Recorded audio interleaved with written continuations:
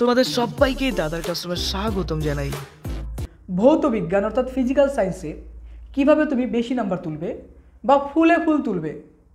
দেখো, আমি দীর্ঘদিন ধরে ক্লাস 9-10-এর ফিজিক্যাল সায়েন্স পড়াচ্ছি এবং 11-12-এর ফিজিক্স পড়াচ্ছি। এবার এই ফিজিক্স কী বলো তো, এই যে তোমরা 9-10-এ যেটাকে ফিজিক্যাল সায়েন্স বলো, এরই পার্ট হচ্ছে ফিজিক্স। উঁচু ক্লাসে গিয়ে দুটো পার্ট হয়েছে, একটা কেমিস্ট্রি একটা ফিজিক্স। তো সেই ফিজিক্সে আমি পড়াচ্ছি। তো আমি দেখেছি যে সমস্ত স্টুডেন্টগুলো কনসেপচুয়াল পড়ে তারাই সব থেকে ভালো রেজাল্ট করে। হ্যাঁ, কনসেপচুয়াল পড়ে বানিয়ে বানিয়ে কিন্তু তারা অনেকেই 90, 95, 99 এমনকি 100ও কিন্তু পেয়েছে। তোমার কি তার থেকেও বেশি নাম্বার দরকার? কোশ্চেন করো নিজেকে। যদি কনসেপচুয়াল পড়ে তারা 100 পায়, 95 পায়, তার থেকে তো বেশি সম্ভব না। 100-এর থেকে বেশি কি সম্ভব নাম্বার তোলা? সম্ভব না। কনসেপচুয়াল পড়লেই কিন্তু তুমি ভালো নাম্বার তুলতে পারবে। ওকে, এবং তার পাশাপাশি কী বলো তো, খুঁটে খুঁটে পড়তে হবে। কোনো একটা লাইন বাদ দেওয়া যাবে না, কারণ সায়েন্স বিষয়টা হচ্ছে ইন্টারেস্টিং। প্রত্যেকটা জায়গায় তুমি যুক্তি পাবে, তর্ক পাবে, বেশ ইন্টারেস্টিং টপিক। এবার দেখো, আজকের এই ভিডিওতে ক্লাস 10 অর্থাৎ যারা মাধ্যমিক দেবে 2025-এ বা যারা ক্লাস 10-এ পড়ছো, ফার্স্ট ইউনিট টেস্টের ফিজিক্যাল সায়েন্সের সাজেশন আমি দেবো। তো ফার্স্ট ইউনিট টেস্টে ক্লাস 10-এ কোন কোন চ্যাপ্টার তোমাদের রয়েছে। প্রথমত দেখো, পরিবেশের জন্য ভাবনা, এই চ্যাপ্টারটা রয়েছে। খুব সোজা একটা চ্যাপ্টার, কিছুক্ষণ লাগে রিভিশন করতে, হয়তো 1-2 ঘন্টার মধ্যে তোমার কমপ্লিট হয়ে যাবে চ্যাপ্টারটা, এত সোজা।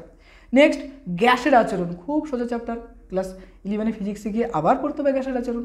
নেক্সট দেখো, আলো বলে একটা চ্যাপ্টার আছে, এটা কিন্তু one of the most danger chapter, কারণ ক্লাস 12-এর ফিজিক্সে অপটিক্স বলে একটা পার্ট রয়েছে, সেখানে অনেকগুলো আলোর চ্যাপ্টার রয়েছে। ডেঞ্জার টপিক আমি বলবো, অনেকে তো বোঝেই না, কিন্তু কনসেপ্ট পড়লে পারে সেটাতেও কিন্তু ভালো স্কোর করা যায়। নেক্সট দেখো আছে পদার্থের ভৌত ও রাসায়নিক ধর্মসমূহ। এখান থেকে থাকবে পর্যায় সারণী, ওই যেটাকে আমরা বলি পিরিয়ডিক টেবিল, পর্যায় সারণী। তার সঙ্গে সঙ্গে আছে কি বলতো, সমযোজী যৌগ, তলযোজী যৌগ। এবার চলে আসছি পরিবেশের জন্য ভাবনা। এখানকার কোন প্রশ্নগুলো মোস্ট ইম্পর্টেন্ট। তুমি প্রথমতই তুমি তোমার টেক্সট বইটা বের করো বা নোট বইটা বের করছো। এবার যে প্রশ্নগুলো বলছি সেগুলো দাগিয়ে নাও আর মন দিয়ে পড়ো। এই সংক্রান্ত একটা ভিডিও আমার কিন্তু আছে, অ্যানালাইজ ভিডিও, দেখে নিও। আর যদি তাও তোমার প্রবলেম থাকে তাহলে আমাকে বলো, দাদা একটা স্পেশাল ক্লাস নিয়ে নিতে, ম্যারাথন ক্লাস, টোটালটা কভার করে দেবো। ওকে, দেখো পরিবেশের জন্য ভাবনা, এখান থেকে মোস্ট ইম্পর্টেন্ট প্রশ্ন যেগুলো রয়েছে, প্রথমত একটা প্রশ্ন খুব পরীক্ষা দেয়, বায়ুমণ্ডলের কোন স্তরকে শান্ত মণ্ডল বলা হয়? বায়ুমণ্ডলের কোন স্তরকে ঝড়ঝঞ্ঝার স্তর বলা হয়? দেখো, বায়ুমণ্ডলের ঝড়ঝঞ্ঝার স্তর বলা হয় ট্রপোস্ফিয়ারকে। কেন? যেহেতু ট্রপোস্ফিয়ারে কী আছে বলতো, ধূলিকণা, বালি, লবণকণা, জল, জলীয় বাষ্প ইত্যাদির মিশ্রণ রয়েছে। তার জন্য ট্রপোস্ফিয়ারে কী হয়, সবসময় ঝড়, বৃষ্টি ইত্যাদি ঘটনাগুলো ঘটতে থাকে। এই জন্য ট্রপোস্ফিয়ারকে বলা হয় ঝড়ঝঞ্ঝার স্তর। বুঝতে পারলে তো? আর শান্তমণ্ডল কাকে বলে? ট্রপোস্ফিয়ারের উপর যে স্তর আছে, স্ট্র্যাটোস্ফিয়ার, তাকে বলা হয় শান্তমণ্ডল। কেন? এই স্তরে আবহাওয়ার যে উপাদানগুলো রয়েছে, যেগুলো আমি বললাম, এই যে যেরকম ধরো জলকণা, ধূলিকণা, বায়ু বলতে কীরকম, ওই যে গ্যাসীয়, যে বিভিন্ন টাইপের গ্যাসীয় যে হয়, ধুলা টাইপের যেগুলো হয়, বা লবণকণা ইত্যাদি ব্যাপারগুলো নেই, যে কারণে ওখানে ঝড় বৃষ্টি বা প্রাকৃতিক যে বজ্রবিদ্যুৎ এই সমস্ত ঘটনাগুলো ঘটতে দেখা যায় না, যে কারণে স্ট্র্যাটোস্ফিয়ারকে বলা হয় শান্তমণ্ডল। বুঝতে পারলে তো? এইভাবে দেখো, কনসেপচুয়াল বানিয়ে বানিয়ে লাগো। এত কঠিন ভাবার কী আছে? এই সাবজেক্ট তো সোজা সাবজেক্ট, তোমরা কঠিন বলে বলে সাবজেক্টটাকে কঠিন করে দাও। অনেক সোজা সাবজেক্ট, কনসেপচুয়াল পড়ো, এমনি ভালো রেজাল্ট হবে। তারপরে দেখো, আমি ইম্পর্টেন্ট প্রশ্ন বলছি, তুমি দাগিয়ে দাগিয়ে নিবে। হ্যাঁ, ওকে, আচ্ছা চলো, স্ট্র্যাটোস্ফিয়ার তো বললাম, শান্তমণ্ডল। নেক্সট আছে দেখো ইম্পর্টেন্ট একটা প্রশ্ন বাবা, বায়ুমণ্ডলের কোন স্তর সবথেকে ঠান্ডা অর্থাৎ শীতল? আমি বলি মেসোমশাই ঠান্ডা, অর্থাৎ মেসোস্ফিয়ার হচ্ছে সবথেকে ঠান্ডা স্তর।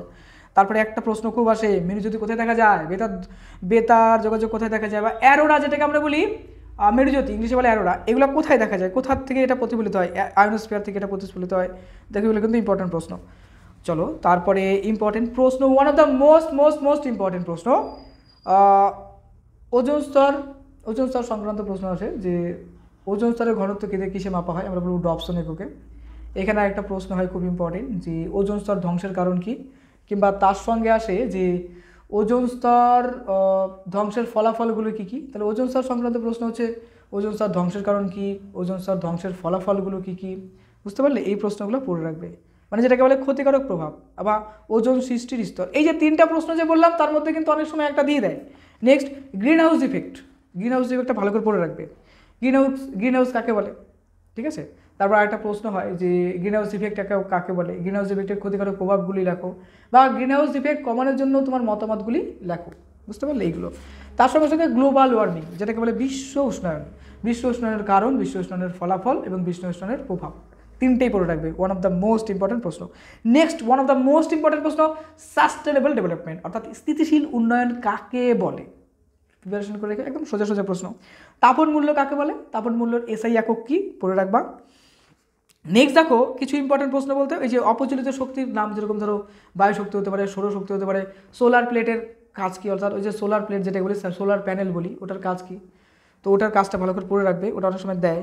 তারপরে চলে আসো ইম্পর্টেন্ট প্রশ্নের মধ্যে, এখানে বায়োফুয়েলের ব্যবহার, তারপরে যেরকম বায়োগ্যাসের উপাদান মিথেন থাকে, সব থেকে বেশি থাকে এর মধ্যে, তারপরে যেরকম বায়োগ্যাসের ব্যবহার, তারপরে বায়োগ্যাস কাকে বলে, এই প্রশ্নগুলো ইম্পর্টেন্ট।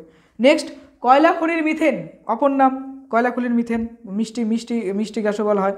তারপরে যেরকম মোস্ট ইম্পর্টেন্ট প্রশ্ন, মিথেন হাইড্রেট কি, এর সংকেত লেখো। এটা অলরেডি চলে এসছে, এবার আসার চান্স কম। ওই যে 4 অণু মিথেন আর তার সঙ্গে 23 অণু জল, এটাই হচ্ছে মিথেন হাইড্রেট।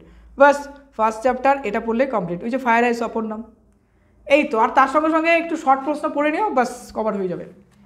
এই তো ফার্স্ট চ্যাপ্টার। এত ভয় পাওয়ার কী ছিল যে কঠিন ফিজিক্যাল সায়েন্স? ভাই খুঁটে পড়ো না। এই যে আমি যে টপিকগুলো বললাম কভার হবে, কিন্তু ফুল পাওয়ার জন্য অবশ্যই আরেকটু খুঁটে তোমাকে পড়তে হবে। নোট বই আছে, টেক্সট বই আছে, জীবনে একবারই বোর্ড এক্সাম দেবে, এমন প্রিপারেশন করে যেন সব থেকে সেরা রেজাল্ট করতে পারো। অন্তত এই সাবজেক্টটাতে 90+ নিয়ে আসো, সায়েন্সের জন্য দরকার আছে সাবজেক্টটাতে 90+ আনার। নেক্সট গ্যাসের চ্যাপ্টার, বিহেভিয়ার অফ গ্যাস। এখানকার ইম্পর্টেন্ট প্রশ্ন একটাই ইম্পর্টেন্ট, প্রথম দিকে দেখবা পাবা যে গ্যাসের অর্থাৎ চাপের এসআই একক কি, যেটাকে আমরা বলি পাস্কেল।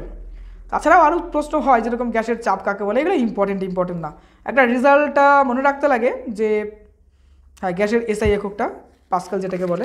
আচ্ছা নেক্সট দেখো একটা লাইন পাবা তোমাদের বইতে, শর্ট প্রশ্ন আমার সত্য মিথ্যাতে খুব দেয়, যে গ্যাসের উষ্ণতার সাথে অণুগুলোর গড় শক্তির সম্পর্ক কী। তো গ্যাসের অণুগুলোর সঙ্গে গড় শক্তির যে সম্পর্ক সেটা হচ্ছে সমানুপাতিক হয়, খুব ইম্পর্টেন্ট।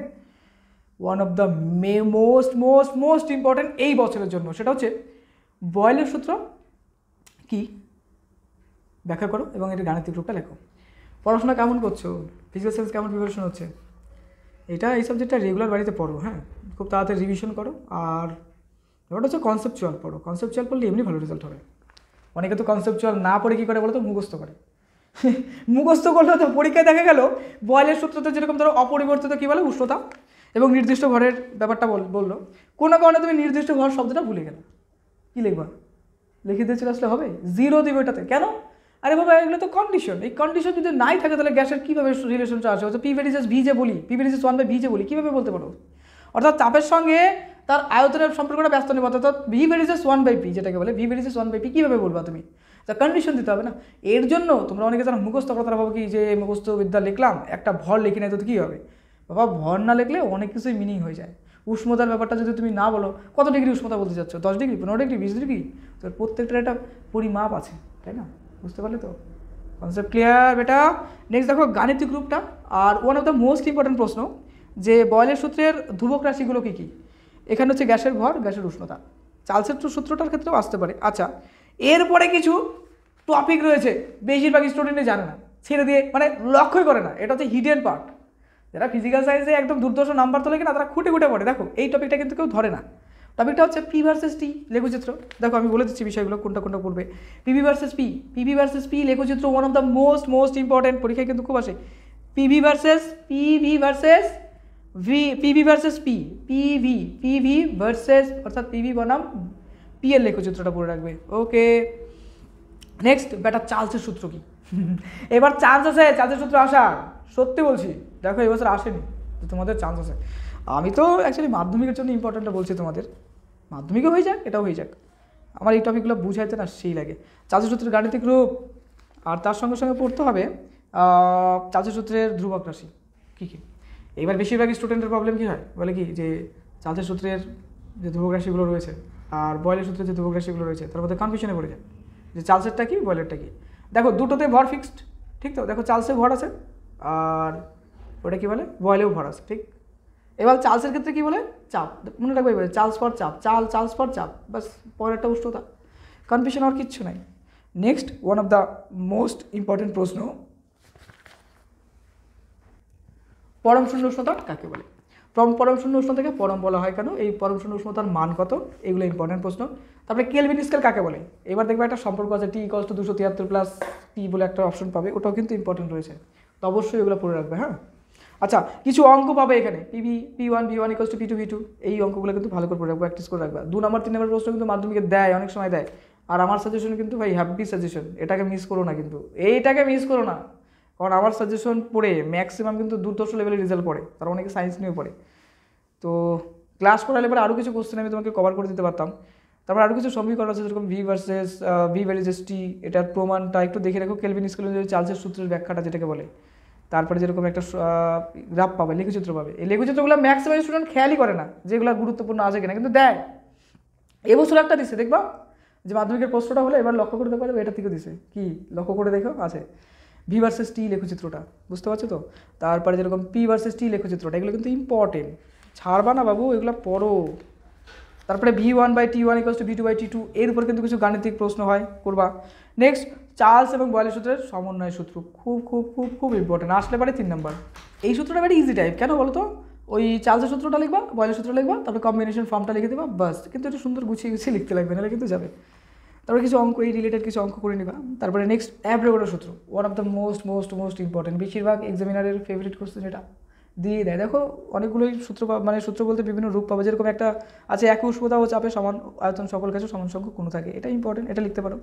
আরও কিছু ভার্সন আছে, প্রচুর ভার্সন লেখা যায়, তো এগুলো পড়বে। আর তারপরে আসছি নেক্সট ইম্পর্টেন্ট প্রশ্ন, যেটা আমি বলবো, দেখো আদর্শ গ্যাস কাকে বলে, বাস্তব গ্যাস কাকে বলে, এগুলো পড়ে রাখবা। আর যেরকম শুষ্ক বায়ু আর্দ্র বায়ুর মধ্যে কোনটি সবথেকে হালকা এবং কেন, অনেক সময় প্রশ্ন আসে যে আর্দ্র বায়ু হালকা কেন, ব্যাখ্যা করো, তো এটা অবশ্যই ব্যাখ্যা করবা। গেল-লেসাকের সূত্র কখনো কখনো দেয়, পিভি ভার্সেস এনআরটির সমীকরণটা জেনে রেখো, অনেক সময় অঙ্ক টঙ্ক করতে কাজে লাগে।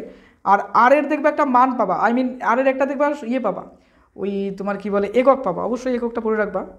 আর তো তোমাদের ক্লাসে এগুলো দরকার নেই তেমন। আর এখানে কি ইম্পর্টেন্ট আছে, গ্যাসের স্বীকার্য বিষয় অলরেডি চলে এসছে। গ্যাসের স্বীকার্য বিষয় বলতে ওই যে গ্যাসের যে বৈশিষ্ট্য রয়েছে না, সেই বৈশিষ্ট্যগুলো কি, সেই সম্পর্কে লিখতে হবে, 2-3 পয়েন্ট, ইজি টাইপের, এটা অলরেডি চলে এসছে, এবার এমন ইম্পর্টেন্ট নেই। ব্যাপন ধর্ম কাকে বলে, বাস পড়ে রাখবা। আর সি বার দিয়ে C1 C2 C3 + Cn / n বলে একটা সমীকরণ হয়, অর্থাৎ ওই যে যেটাকে বলে যে গ্যাসের অণুগুলির গড়বেগ, এই রিলেটেড কিছু অঙ্ক দেয়, কিন্তু অঙ্ক তোমাদের ক্লাসে দেয় না। 11 দেয়, কিন্তু 11 এখন দেয় না, আগের মতো নেই, দেয়ই না এগুলো টপিক, কারণ ফিজিক্সে হিউজ পরিমাণে টপিক আছে, তুমি বলতে পারো না এটা ইম্পর্টেন্ট, এত টপিক ক্লাস 11 ফিজিক্সে, বলতে পারো না কিছু ইম্পর্টেন্ট। নেক্সট দেখো, গ্যাসের অণুগুলির বেগ এবং চাপের উপর উষ্ণতার প্রভাব, দেখো এটা অনেক সময় 1 নম্বরের শর্ট প্রশ্ন হয়, রিলেশনশিপটা দেয়, যা বলতেছে খুঁটে খুঁটে পড়তে হবে, রেজাল্ট ভালো হবেই হবে। তারপরে দেখো, বাস্তব গ্যাসের আদর্শ গ্যাসের আচরণ থেকে বিচ্যুতির কারণগুলো কী কী, বাবা মোস্ট ইম্পর্টেন্ট প্রশ্নের মধ্যে পড়ে এটা, খুব ইম্পর্টেন্ট, বাস এইটুকু পড়লেই আশা করি হয়ে যাবে এই চ্যাপ্টারটা। এরপর আসছি আলো, সবার বস চ্যাপ্টার, ফিজিক্সের one of the toughest chapter বলে আলো। তো আলোর ইম্পর্টেন্ট প্রশ্ন প্রথমতই বলবো, যেগুলো বলছি সেগুলো পড়ে নিও। হ্যাঁ, উত্তল দর্পণ অবতল দর্পণ তেমন ইম্পর্টেন্ট না, অনেক সময় দিতেও পারে, পড়ে রেখো। মেরু কাকে বলে, ইম্পর্টেন্ট কম, একটা স্টার বসাবা, হ্যাঁ যেটা আমি বলছি। বক্রতা কেন্দ্র ডবল স্টার বসাও, তাহলে বুঝে নেবা কতটা ইম্পর্টেন্ট, ডবল স্টার বসাও, বক্রতা কেন্দ্র। চলো পেপার বের করো, পেপার বলতে বই বের করো। প্রধানক কাকে বলে, পড়ে রেখো। তারপরে আছে কি আছে ফোকাস দূরত্ব কাকে বলে, এটা পড়ে রেখো, এটা ইম্পর্টেন্ট। তারপরে মুখ্য ফোকাস কাকে বলে, এগুলো পড়বে কিন্তু, হ্যাঁ মিস করবা না। নেক্সট একটা সমীকরণ পাবে, দেখো সমীকরণটা কি আছে, দেখো R=2f এর একটা দেখবা সমীকরণ আছে, কোশ্চেনটা বলি, থাকবে হচ্ছে উপাক্ষীয় রশ্মির ক্ষেত্রে R = 2f, এটা প্রমাণ করো। মোটামুটি ইম্পর্টেন্ট বলা যায়, অনেক সময় দেয়। আচ্ছা, এখানে একটা ডেঞ্জার লেভেলের প্রশ্ন আছে, খুব ইম্পর্টেন্ট, আমি বলে দেবো না, ওটা তোমাদেরও ইম্পর্টেন্ট, 11-এও ইম্পর্টেন্ট আছে, 11-এ না, অপটিক্স তো 12-এ থাকে, যাই হোক। তারপরে ইম্পর্টেন্ট বলতে একটা কিছু কন্ডিশনাল প্রশ্ন হয়, কন্ডিশনাল প্রশ্ন কীরকম, যেরকম ধরো পড়ছি, অবতল দর্পণ দ্বারা সৎ বিবর্জিত প্রতিবিম্ব গঠিত হয়, সত্য না মিথ্যা, বা দিতে পারে অবতল দর্পণ দ্বারা সৎ ও ড্যাশ প্রতিবিম্ব গঠিত হয়, তখন লিখতে হবে বিবর্জিত, বুঝতে পারলে, এরকম কিছু কন্ডিশনাল প্রশ্ন হয়। আলোর ক্ষেত্রে এই প্রশ্নগুলো না কমন দেওয়া একটু চাপ আমার কাছে মনে হয়, কিছু কন্ডিশনাল হয়, যেরকম ধরো অবতল দর্পণ দ্বারা বিবর্জিত প্রতিবিম্ব গঠিত হয়। তারপরে যেরকম ধরো একটা প্রশ্ন হয় খুব ইম্পর্টেন্ট, গাড়ি স্কুটার ইত্যাদিতে ব্যবহৃত উত্তল দর্পণ, মানে গাড়ি বা স্কুটারে কোন দর্পণ ব্যবহার করা হয়, বলতে হবে উত্তল দর্পণ। আরও আছে যেরকম রেয়ার ভিওর মিরর বলতে কী বোঝো, রেয়ার ভিউ মিরর কাকে বলে বা কী বিষয়টা। যেরকম আরেকটা প্রশ্ন হয়, মোটর গাড়ির হেডলাইটে বক্রতল দর্পণ ব্যবহার করে সমান্তরাল আলোকরশ্মি সৃষ্টি করা হয়। জাস্ট কোন দর্পণ ব্যবহার করা হয় সেটা ইম্পর্টেন্ট, কিন্তু এক্ষেত্রে কী ব্যবহার করা হচ্ছে দেখো, বক্রতল দর্পণ। নেক্সট হ্যাঁ, একটু টপিক আছে এখানে যে প্রতিসরণের সূত্রাবলী লেখো, তেমন ইম্পর্টেন্ট না, এগুলো তো ক্লাস 8 থেকে পড়ে আসছে। যে প্রতিসরণের সূত্র, যে প্রথম সূত্র দ্বিতীয় সূত্র, এখানে ইম্পর্টেন্ট একটা প্রশ্ন হয় স্নেলের সূত্র, যে sine i by sine r equals to mu, এই রিলেটেড কিন্তু প্রশ্নও হয়। হ্যাঁ, এই রিলেটেড কিন্তু অঙ্কও হয়, বুঝতে পারলে তো। আচ্ছা, তারপরে একটা প্রশ্ন হয় যে বায়ু সাপেক্ষে কাচের প্রতিসরাঙ্ক 1.51 বলতে কী বোঝো, ব্যাখ্যা করো। ওই স্নেলের সূত্র অনুসারে ব্যাখ্যা করতে বলতে হয়। কৌণিক চুক্তি কাকে বলে, ইম্পর্টেন্ট রয়েছে। নেক্সট কোন বর্ণের আলোক রশ্মির চুক্তি সবচেয়ে কম, লাল বর্ণের, আর বেগুনি বর্ণের সবচেয়ে বেশি হয়, এটা পড়ে রাখবা, শর্ট প্রশ্ন হিসাবে খুব ইম্পর্টেন্ট। ঘনমাধ্যম থেকে লঘু মাধ্যমে আলোর প্রতিসরণ, ওই যে ডেল্টা ইকুয়ালস টু একটা ফর্মুলেশন আছে না, আর মাইনাস আই, ইম্পর্টেন্ট খুব আসে এগুলো। আচ্ছা, স্যারদের খুব ফেভারিট প্রশ্ন। আচ্ছা, নেক্সট ইম্পর্টেন্ট দেখছি, দাঁড়াও। পৃথিবীর মধ্যে দিয়ে আলোর প্রতিসরণ, এখানে একটা লাইন খুব ইম্পর্টেন্ট পরীক্ষায় দেয়। আলোক রশ্মির পার্শ্বসরণের পরিমাণ স্ল্যাবের বেদ, আপতন কোণ এবং স্ল্যাবের উপাদানের প্রতিসরাঙ্কের উপর নির্ভর করে। অনেক সময় শর্ট প্রশ্ন সত্য মিথ্যা আকারে কিন্তু এই টাইপের প্রশ্ন হয়। আচ্ছা, এবার আসছি এই চ্যাপ্টারের বস লেভেলের প্রশ্ন কোনটা। দেখো, delta equals to I1 plus I2 minus A. যারা ক্লাস 12-এর ফিজিক্স পড়ছে অর্থাৎ সায়েন্স পড়ছে তাদেরকে বলবা, দেখবে তারাও বলবে এটা তাদের জন্য ইম্পর্টেন্ট। ওই যে বলে না চুক্তিকোণ, যেটা ডেল্টা, চুক্তিকোণ ডেল্টার মানটা কী হবে, I1 প্লাস I2 মাইনাস এ। এটা প্রমাণ করতে বলে 3 নম্বরের প্রশ্ন হিসাবে। নেক্সট ইম্পর্টেন্ট বক্রতা কেন্দ্র, প্রধান অক্ষ, এগুলো তো বললাম, এগুলো পড়ে রেখো ভালো করে। আর মায়োপিয়া, প্রেস বায়োপিয়া, এগুলো একটু পড়ে রেখে, ফিজিক্যাল সায়েন্সেও আছে, লাইফ সায়েন্সেও আছে। কোন লেন্স ব্যবহার করা হয়, কেন ব্যবহার করা হয়, দেখবে পাবা, বইটা বের করো, টেক্সট ব্যবহার নোট বইতে দেখবে সব পেয়ে যাবা। তারপর যেরকম নিকটতম বিন্দুর ওই যে পরিমাণটা, যেটা 25 সেমি বলে, পড়ে রাখবা ভালো করে, ওকে। আচ্ছা, আরও কিছু কিছু শর্ট প্রশ্ন আছে, এই চ্যাপ্টারে প্রচুর শর্ট প্রশ্ন হয়। আলোর বিচ্ছুরণ কাকে বলে, ঠিক আছে। তারপরে আলোর বিচ্ছুরণের কারণ বর্ণনা করো, একবর্ণী আলো, বহুবর্ণী আলো, তারপরে প্রাকৃতিক দৃষ্টান্ত, যেরকম রামধনু বলি না। তারপরে যে ভিপজিওরের যে ব্যাপারটা বলে, শুদ্ধ বর্ণালী, অশুদ্ধ বর্ণালী, ওই যেরকম ধরো অশুদ্ধ বর্ণালী হচ্ছে রামধনুর উদাহরণ। তারপরে কী হতে পারে, যেরকম ধরো একটা বলছে যে সূর্যের আলো সবুজ পাতায় পড়লে সবুজ পাতা সবুজ দেখায় কেন, এগুলো টাইপের প্রশ্নগুলো একটু কনসেপচুয়াল পড়লে বানিয়ে বানিয়ে লিখতে পারবে। বস্তুকে কালো দেখায় কেন, এই যে প্রশ্ন। আচ্ছা, মোস্ট ইম্পর্টেন্ট প্রশ্ন আসছি, দাঁড়াও চাপ নিও না। লাল আলোর তরঙ্গদৈর্ঘ্য সবচেয়ে বেশি, বেগুনি আলোর তরঙ্গদৈর্ঘ্য সবচেয়ে কম। ও ওটা বলতে যে ল্যামডা ফর্মেশন হয়, ওই যে ভেলোসিটি দিয়ে একটা সম্পর্ক না, V = n ল্যামডা, ক্লাস 11-এর সিম্পল হারমোনিক মোশনেও পেয়ে যাবে এটা। V = n ল্যামডা বলে একটা ফর্মেশন হয়, একটা সূত্র হয়, তার উপর আমরা ভিত্তি করে বলতে পারি যে ল্যামডা বলতে তার তরঙ্গ দৈর্ঘ্যটার কথা বলা হচ্ছে। এবার একটা ইম্পর্টেন্ট প্রশ্ন হয়, অতিবেগুনি রশ্মি এক্স রশ্মির মধ্যে পার্থক্য, কিংবা গামা রশ্মি এবং এক্স রশ্মির মধ্যে পার্থক্য। One of the most important প্রশ্ন। নেক্সট, বিক্ষেপণের একটা সূত্র রয়েছে, ক্লাস 12-এর ফিজিক্সের জন্য ইম্পর্টেন্ট, অঙ্ক রিলেটেড। দেখো, I1/4 পাবা। দিনের বেলা আকাশকে নীল দেখায় কেন, এই যে প্রশ্নগুলো বললাম। তাহলে এই চ্যাপ্টার কমপ্লিট হয়ে গেল। নেক্সট চলে আসছি, ফিজিক্যাল সায়েন্স তো একটু বড় হবেই ভিডিওটা, রিল্যাক্স হয়ে যাও। আর ফিজিক্যাল সায়েন্সে প্রচুর খুঁটে পড়ো, এমনিতেই 90+ নাম্বার চলে আসবে, কিন্তু বাবু খুঁটে পড়তে হবে, বইটাকে কোনো কিছু বাদ দিতে হবে না। তবে আমি যেগুলো বলতেছি এগুলো হাইলাইট টাইপের প্রশ্ন, মানে এগুলো এক্সামিনারদের ফেভারিট প্রশ্ন। তবে আমি প্রিফার করবো, যদি আমার সাজেশন নাও তাহলে আমি মন থেকে বলবো যে তুমি অবশ্যই ফিজিক্যাল সায়েন্সটা খুঁটে পড়ো। তুমি যে রাইটারের বই পড়তেছো পড়ো না, অসুবিধা নেই, প্রত্যেকটা বই ভালো, তো সেটাকে খুঁটে পড়ো। কারো কথাতে কান দিও না। পরীক্ষাটা দেবা তুমি, পড়াশোনা করবে তুমি, পরীক্ষা দিতেও যাবে তুমি, আমিও যাবো না, তোমার বাবা মাও যাবে না, তোমার স্যারও যাবে না। তো পরীক্ষাটা যেহেতু তোমাকে দিতে হবে, তো তুমি মন দিয়ে পড়ো, নিজের মতো নিজে প্রিপারেশন করো। একদম জেনুইন কথা বলছি, নিজের মতো নিজের প্রিপারেশনটা শুরু করতে হবে, এখনও অনেক টাইম আছে। একটা সময় লাগবে যে প্রথম কনসেপচুয়াল পড়তে, যদি মুখস্থবিদ্যা করে থাকো তাহলে কনসেপচুয়াল পড়তে কঠিন মনে হবে। এবার কনসেপচুয়াল পড়তে দেখবে যে একটা সময় দেখবে সব আয়ত্ত চলে এসছে, তারপরে কী করবো, তারপরে শুধুমাত্র রিভিশন করো। এবিডি টেস্ট পেপার আছে, কত রকমের টেস্ট পেপার আছে, সেগুলো সলভ করো, প্র্যাকটিস করো, এই তো। কিন্তু রিভিশনটা মোস্ট ইম্পর্টেন্ট। আর একটা বিষয়ে ফিজিক্যাল সায়েন্সের প্রবলেম হয় স্টুডেন্টদের, সেটা হচ্ছে কী বলে ওটা, প্রশ্ন বলতে পারে কিন্তু লিখতে পারে না। হ্যাঁ, এটা হয় অনেক স্টুডেন্ট, তোমার মধ্যে ওটাও থাকতে পারে। আমার প্রচুর স্টুডেন্টদের মধ্যে এটা দেখছে যে প্রশ্ন না বলতে পারছে, যে খুব সুন্দর করে লিখতে দিলে আটকে যাচ্ছে, লিখতে গেলে না তখন থিঙ্কিং প্রসেস কাজ করছে না ভালো। ব্যাপারটা সেই ক্ষেত্রে আমরা কী করবো, যে প্রশ্নগুলো লিখবো, সিম্পল সলিউশন। আমার ফিজিক্যাল সায়েন্স পড়াতে খুব ভালো লাগে। কোনো একটা দিন তোমাদের ফিজিক্যাল সায়েন্সের ক্লাস করাবো, তবে পুরো ফানি লেভেলের যা করাবো আশা করি বইয়ে পড়তে পারে, এমনি তোমার আমার ক্লাস করলেই পরে রেডি হয়ে যাবে। দেখো দ্রবিড়নের ত্রয়ী সূত্র কি ইম্পর্টেন্ট, অষ্টক সূত্র কি ইম্পর্টেন্ট। এবার আসছে মোস্ট ইম্পর্টেন্ট প্রশ্ন। আচ্ছা এর চ্যাপ্টারের নাম হচ্ছে পদার্থের ভৌত রাসায়নিক ধর্ম, পর্যায় সারণী যে চ্যাপ্টার আছে সেটার ইম্পর্টেন্ট প্রশ্ন। পর্যায় সারণীর ওয়ান অফ দ্য মোস্ট প্রশ্ন, মেন্ডেলিভের পর্যায় সূত্র কাকে বলে। আবার বলছি মেন্ডেলিভের পর্যায় সূত্র কাকে বলে, খুব ইম্পর্টেন্ট। অনেকে দেখি টেবিল মুখস্থ করে, টেবিল মুখস্থ করার অত দরকার নেই, একটু বুঝে বুঝে নিও ব্যাস হয়ে যাবে। মেন্ডেলিভের সংশোধিত আধুনিক পর্যায় সূত্র কি কাকে বলে, খুব ইম্পর্টেন্ট, খুব ইম্পর্টেন্ট, 10খানা স্টার লাগিয়ে দাও। মেন্ডেলিভের সংশোধিত আধুনিক পর্যায় সূত্র। আচ্ছা এখানে শ্রেণী কাকে বলে, পর্যায় কাকে বলে একটু পড়ে নিও। আচ্ছা এখানে অনেক প্রশ্ন আছে। পর্যায় সারণীতে কতগুলি বিশেষ মৌলের অবস্থান, যেরকম ধরো ক্ষারীয় মৃত্তিকা কাকে বলে, নিষ্ক্রিয় গ্যাস বা নবুল গ্যাস, তো তার সঙ্গে সঙ্গে উদাহরণ সন্ধিগত মৌল, হ্যালোজেন মৌল, ক্ষার ধাতু, এই যে বিভিন্ন শ্রেণীর মধ্যে যে পড়বে না, ইউরেনিয়াম উত্তর মৌল। আর একটা মনে হয় মোস্ট ইম্পর্টেন্ট প্রশ্ন, হাইড্রোজেনকে দুষ্ট মৌল বলা যায় কেন? কারণ হাইড্রোজেনের মধ্যে দুটো ধর্ম দেখা যায়। একটা হচ্ছে হাইড্রোজেন কখনো কোনো ক্ষার ধাতুর মতো আচরণ করে, আবার কখনো কখনো কী হচ্ছে বলো তো, হ্যালোজেনের মতো আচরণ করে। তো দুই রকমের আচরণ করলে তো দুষ্ট মৌল বলাই হবে, যোজ্যতার দিক দিয়ে হোক বা অন্যান্য ধর্মের দিক দিয়ে হোক। এটাকে সুন্দর করে ব্যাখ্যা করে লিখবা, কিছু কিছু কন্ডিশনাল তুলে দেবে। ওকে বেটা দেখো নেক্সট প্রশ্ন, পারমাণবিক ব্যাসার্ধ মোটামুটি ইম্পর্টেন্ট, খুব ইম্পর্টেন্ট না। আয়নন বিভব, আয়নন শক্তি মোটামুটি ইম্পর্টেন্ট। এবার মোস্ট ইম্পর্টেন্টের মধ্যে আসছে তড়িৎ ঋণাত্মকতা কাকে বলে।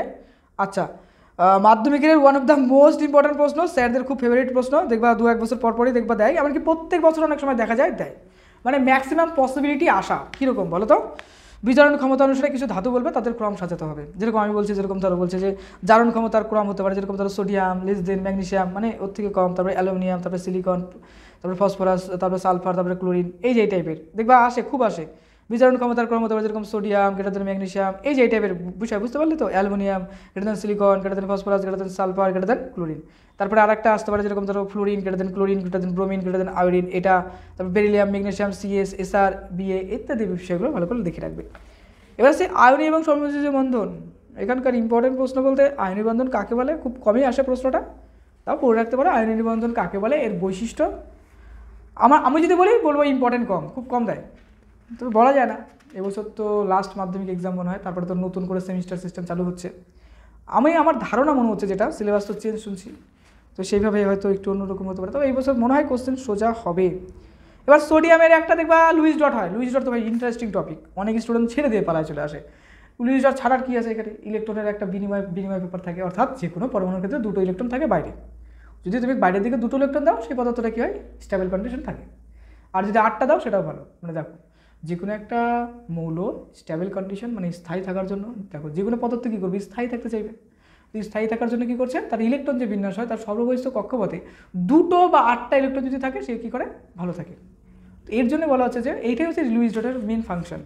তো লুইস ডটের যতগুলো আছে সবগুলোই পড়ো, যেরকম সোডিয়াম ফ্লোরাইড, হ্যাঁ সোডিয়াম ক্লোরাইডটা ইম্পর্টেন্ট, তার মধ্যে মোস্ট ইম্পর্টেন্টের মধ্যে পড়ে যেরকম। আচ্ছা তড়িৎযোজী এবং সমযোজী কাকে বলে এবং বৈশিষ্ট্যগুলো একটু পড়ে রেখো, 2-3টে অনেক সময় দেয়, সোজা প্রশ্ন করলে পারে।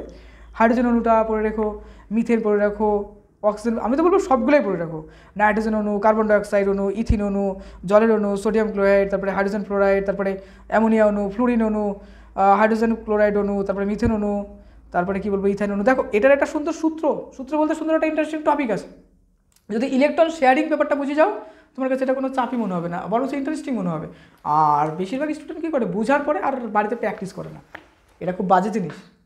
এত কষ্ট করে শিখলা আর তো প্র্যাকটিসই করলা না, এটা ঠিক বলো, মাঝে মাঝে প্র্যাকটিস করতে হবে।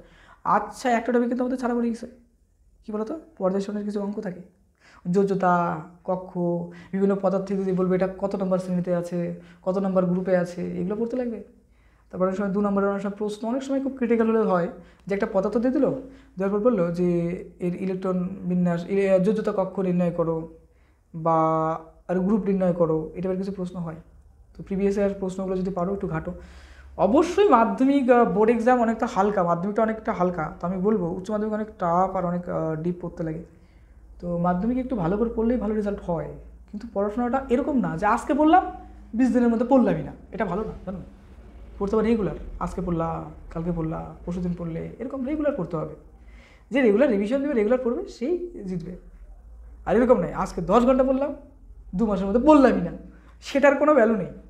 পড়ো না, রেগুলার পড়ো, বোর্ড এক্সাম দেবে, একটা সুন্দর রেজাল্ট করো, ভালো লাগবে দেখবে। আর কে বলে পড়াশোনা করতে খারাপ লাগে? পড়াশোনা করা শুরু করে দাও, এর মতো মজাদার টপিক পৃথিবীতে হয় না। তুমি তো মনে হয় খুব পড়াশোনা করো, তাই না? তোমার সাথে অনেক গল্প করলাম, অনেক অনেক গাইড করলাম, তো আশা করি খুব ভালো একটা রেজাল্ট করবে। আমি তো চাই তুমি মাধ্যমিকে স্টার তোলো। স্টার অ্যাকচুয়ালি আমার স্টারের থেকেও বেশি চাই, 80%, 90% পাইলে আরও ভালো। চলো মন দিয়ে পড়ো। আর ফিজিক্যাল সায়েন্সের কিছু অঙ্ক হয় রেগুলার পড়বা, হ্যাঁ রেগুলার প্র্যাকটিস করবা, রেগুলার লিখবে, রেগুলার পড়বে, একটা সুন্দর রেজাল্ট করতে হবে। আর সবথেকে গুরুত্বপূর্ণ একটা ভালো মানুষ হতে হবে। কি করবে তো? চলো নেক্সট দিনকে আরেকটা সাবজেক্ট তোমার জন্য নিয়ে আসবো সাজেশন হিসাবে। বিজ্ঞানের অ্যাকচুয়ালি সাজেশন ওইভাবে হয় না, আমি যতই বলি না কেন সাজেশন, কিন্তু ভৌতবিজ্ঞান বা জীবনবিজ্ঞানে, তাও জীবনবিজ্ঞানে একটা কমন দেওয়া যায়, ভৌতবিজ্ঞানে দেওয়া যায়, কিন্তু ভৌতবিজ্ঞানে যখন তোমার 90 বা 100 টার্গেট থাকবে, বা 80, 85, 90, 100 টার্গেট থাকবে, তখন তোমাকে সম্পূর্ণটা খুঁটে খুঁটে খুঁটে খুঁটে পড়তে হবে। এবার খুঁটে খুঁটে পড়াটা কঠিন আমি মানলাম, কিন্তু রেগুলার পড়তে পড়তে দেখবে একটা সময় এমন একটা অভ্যাস তৈরি হয়ে যাবে, তখন পড়া ছাড়া আর কিছু ভালোই লাগবে না। যেদিনকে এটা হবে সেদিনকে তুমি নিশ্চিন্তে থাকবে যে তোমার একটা ভালো রেজাল্ট হবে। ওকে বেটা, মন দিয়ে পড়ো। অন্যান্য সাবজেক্টের সাজেশন খুব তাড়াতাড়ি নিয়ে আসবো, দিয়ে দেবো। আর যদি সাপোর্ট করতে চাও অবশ্যই সাবস্ক্রাইব করে দিও। ওকে, খুব ভালো থেকো।